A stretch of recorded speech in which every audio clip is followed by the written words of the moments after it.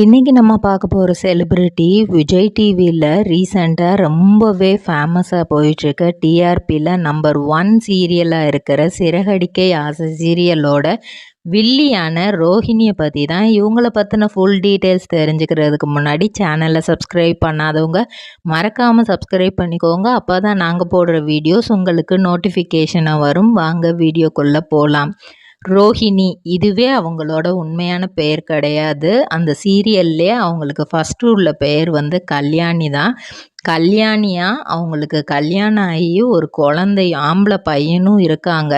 இது எல்லாத்தையும் இப்போ இருக்கிற குடும்பத்துக்கிட்ட மறைச்சிட்டு ரோஹிணியாக மனோஜோட சேர்ந்து வாழ்ந்துட்டுருக்காங்க.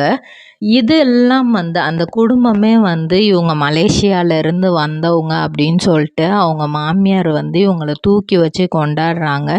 இப்போ தான் ஒரு சில உண்மைகள் கொஞ்சம் கொஞ்சமாக வெளியே வருது. ஆனால் இவங்களோட உண்மை எப்போ மொத்தமாக வெளியே வரும் அப்படின்னு எல்லாரும் காத்துக்கிட்டு இருக்காங்க. ஆனால் டைரக்டர் வந்து அதை மட்டும் ஸ்கிப் பண்ணி ஏதோ சமாளித்து கொண்டு போகிற மாதிரியே நிறைய சீக்வன்ஸ் வச்சு கொண்டு போயிட்டுருக்காங்க. ஆனால் இவங்க அதை மறைக்கிறதுக்கு என்னெல்லாம் பண்ணுறாங்க அப்படின்னு பார்க்குறதும் கொஞ்சம் வித்தியாசமாக தான் இருக்குது. ரோஹிணியோட உண்மையான பெயர் வந்து சல்மா பர்வீன். இவங்க வந்து ஒரு முஸ்லீம் தான். இவங்க வந்து முஸ்லீம் அப்படிங்கும்போது இவங்க தன்னோட சோசியல் மீடியா பேஜில் அவங்களோட தங்கச்சியான கௌசல்யாவுக்கு வந்து ஹாப்பி பர்த்டே உடன்பிறப்பே அப்படின்னு வச்சுருப்பாங்க. ஸோ தங்கச்சி உடன்பிறப்புன்னு வச்சுட்டு அவங்க பேர் கௌசல்யான்னு இருக்குது. இவங்க வந்து முஸ்லீமாக இருக்காங்க. அவங்க எப்படி ஹிந்துவாக இருக்க முடியும் அப்படின்னு பலருக்கும் அது சந்தேகம் இருக்குது. ஏன்னா இவங்களோட பேர் இப்போ சல்மா அருணா இருக்கலாம். ஏன்னா அவங்க வந்து அருண்ன்றவரை வந்து செப்டம்பர் மாதம் 9ஆம் தேதி 2017 திருமணம் செஞ்சுக்கிட்டாங்க. காதலிச்சு திருமணம் செஞ்சுக்கிட்டாங்க. அதனால வந்து சல்மா அருணா இருக்கலாம். அதுக்கு முன்னாடி அவங்க சல்மா பர்வீனா தான் இருந்திருக்காங்க. பேசிக்காக அவங்க வந்து ஒரு முஸ்லீம் ஃபேமிலி தான். அவங்க வந்து இந்த லவ் விஷயத்தினால வந்து வீட்டை விட்டு வெளியே வந்து இந்த மாதிரி நிறைய விஷயங்கள் நடந்துருச்சு. அவங்களோட ஒன்றுமே வந்து அவங்க கௌசல்யான்னு அவங்கள கூப்பிடலாம். ஆனால் அவங்களுக்கு என்ன நேம் இருக்கும் அப்படிங்கிறது வந்து நம்மளுக்கு ஒன்றும் தெரியலை. ஆனால் சோசியல் மீடியா பேஜில் அவங்க வச்ச ஒரு இதனால தான் இவங்களோட தங்கச்சியாக இருக்குமோ, கூட பிறந்த தங்கச்சியாக இருக்கும் அப்படின்னு பல வீடியோஸில் வந்து நம்ம வந்து இது பண்ணியிருக்கோம். ஆனா, ஒண்ணுமே வந்து அத வந்து அவங்க இதுவா சொல்லல. அவங்க ஒரு போஸ்ட்ல கூட அவங்களே போட்டிருப்பாங்க. மிஸ் சல்மா பர்வீனா இருந்த நானு 10 வருஷ காதலுக்கு அப்புறம் சல்மா அருணா மாறியிருக்கேன் அப்படிங்கிற மாரி போட்டிருப்பாங்க. ஸோ இதெல்லாம் வச்சு தான் வந்து ஒரு கிளாரிட்டி வந்து வரும். அவங்க வந்து முஸ்லீமா தான் இருந்திருக்கிறாங்க. கல்யாணத்துக்கு அப்புறம் தான் இப்போ தான் ஹிந்துவா கன்வெர்ட் ஆயிருக்காங்க அப்படிங்கிறதெல்லாம் இவங்க 1995ஆம் ஆண்டு டிசம்பர் மாதம் 8ஆம் தேதி சென்னையில பிறக்குறாங்க. காமராஜர் ஸ்கூல் ஆவடியில இருக்கிற காமராஜர் ஸ்கூல்ல தான் படிக்கிறாங்க. அதுக்கப்புறம் தன்னோட கல்லூரி படிப்பை சென்ட் ஜோசப் காலேஜில் முடிக்கிறாங்க. அப்போ வந்து இவங்களுக்கு வந்து ஃப்ரெண்ட்ஸ் வந்து நீ வந்து அழகா இருக்க, சூப்பரா இருக்க.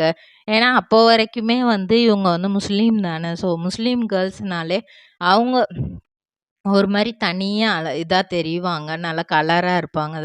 ஸோ வந்து உங்க ஃப்ரெண்ட்ஸ் எல்லாம் உங்கள வந்து நல்லா மோட்டிவேட் பண்ணியிருக்காங்க. நீ மாடலிங் பண்ணு, இது பண்ணு அப்படிங்கிற மாரி இது பண்ணும்போது, ஸோ நெறைய எல்லாரும் பூஸ்ட் அப் பண்ணும்போது, இவங்க வந்து நெறைய மாடலிங் இதெல்லாம் இது பண்ணியிருக்காங்க. நெறைய ஆட்ல வந்து இவங்களுக்கு வந்து நடிக்க வாய்ப்பு கிடைக்குது.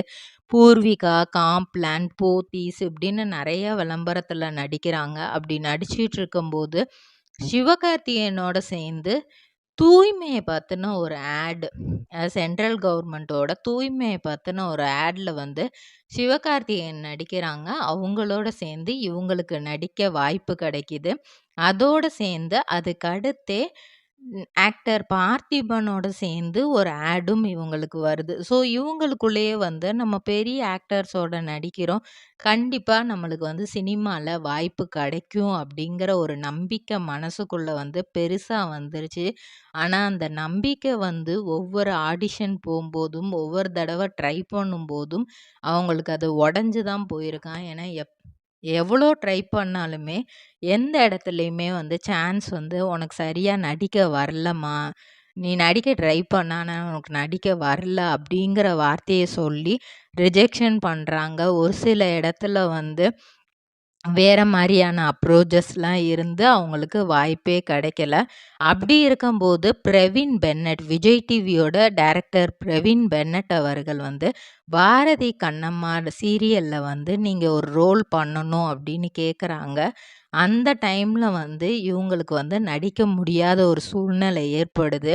நெறைய இது இவங்க தேடி போனாங்க. ஆனா இவங்கள தேடி வந்தது அந்த இதில அவங்கனால அந்த டைம்ல நடிக்க முடியல.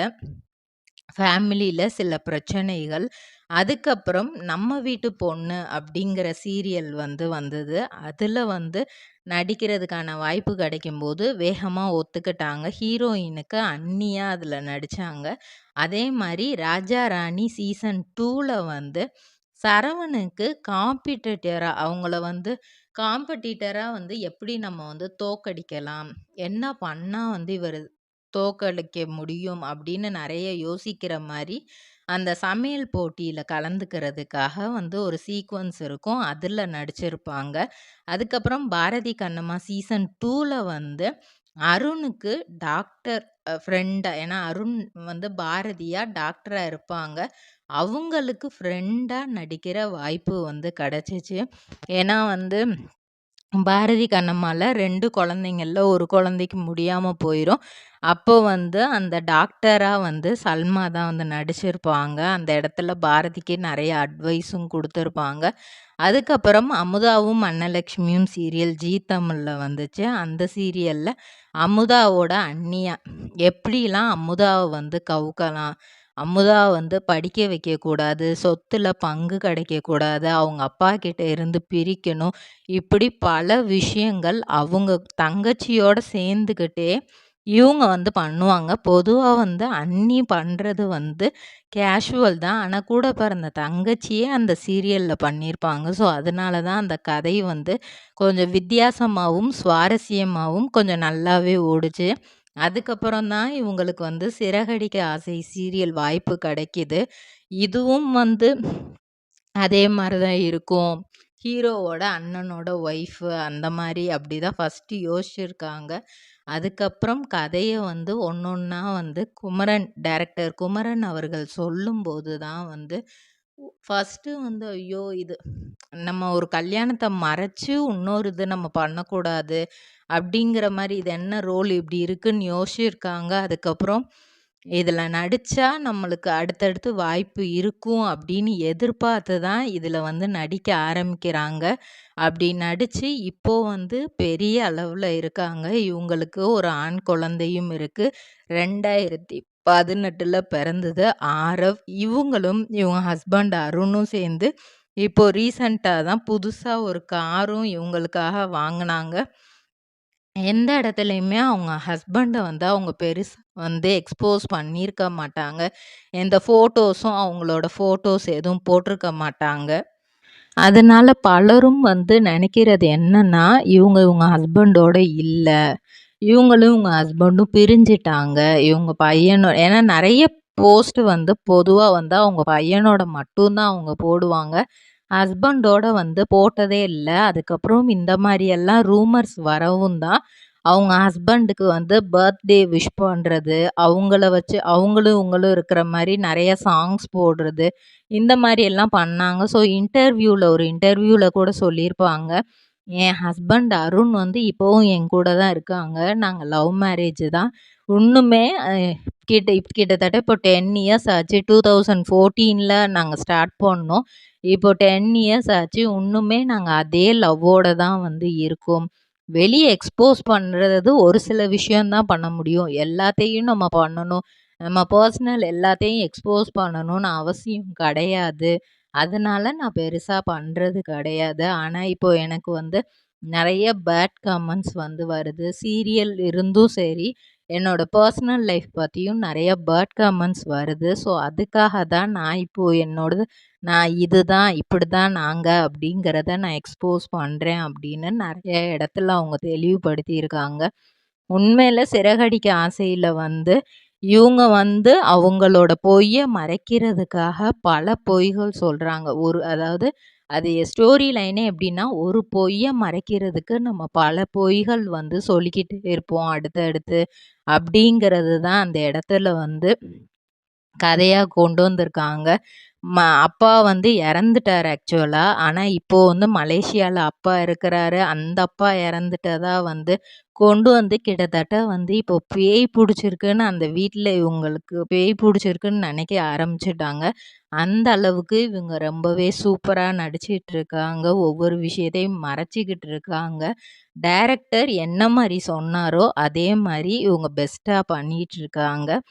அதனால வந்து ரூமர்ஸ் அப்படிங்கிறது வந்து வந்துட்டு தான் இருக்கும். அத பத்தி கவலைப்பட மாட்டேன். ஆனா வந்து என்னோட ரியல் லைஃப்ல அது எனக்கு பாதிக்குது அப்படிங்கும்போது, அத என்னால வந்து சாக்ரிஃபைஸ் கண்டிப்பா பண்ண முடியாது அப்படிங்கிறதையும் அவங்க தெளிவுபடுத்தி இருக்காங்க. ஸோ இதே மாரி பல செலிபிரிட்டீஸோட பயோகிராஃபி தெரிஞ்சுக்கிற சேனல மறக்காம சப்ஸ்கிரைப் பண்ணிக்கோங்க. சொந்தமா தொழில் தொடங்கணும்னு ஆசையா? ஆனா முதலீடு நினைச்சு கவலையா இருக்கா? கவலை விடுங்க. ஆர்ஆர்ஆர் ட்ரேடிங் கம்பெனி இப்போ உங்களை ஒரு வெற்றிகரமான பிஸ்னஸ் மேனா மாத்த ரெடியா இருக்கும். முக்கிய அம்சங்கள் என்னன்னா, பாக்குமட்டை தட்டு தயாரிப்பு தொழில் ரொம்ப சிம்பிள், ஆனா லாபம் அதிகம். நாங்களே லோனும் அரேஞ்ச் பண்ணி தரோம். இதுல ஸ்பெஷல் என்னன்னா 25ல இருந்து 35% வரைக்கும் மானியமும் கிடைக்கும். உயர்தர மிஷின்ஸ் மற்றும் தரமான ரா மெட்டீரியல்ஸ் வருஷம் முழுக்க நாங்களே சப்ளை பண்ணிடுவோம். நீங்க தயாரிக்கிற தட்டுக்களை நாங்களே நேரடியா வாங்கிக்கிறோம். வாழ்க்கையில ஜெயிக்க இதுதான் சரியான நேரம். உடனே கால் பண்ணுங்க. தொடர்புக்கு 8015983336. ஆர்ஆர்ஆர் ட்ரேடிங் கம்பெனி, உங்கள் முன்னேற்றத்திற்கு எங்களது கரம்.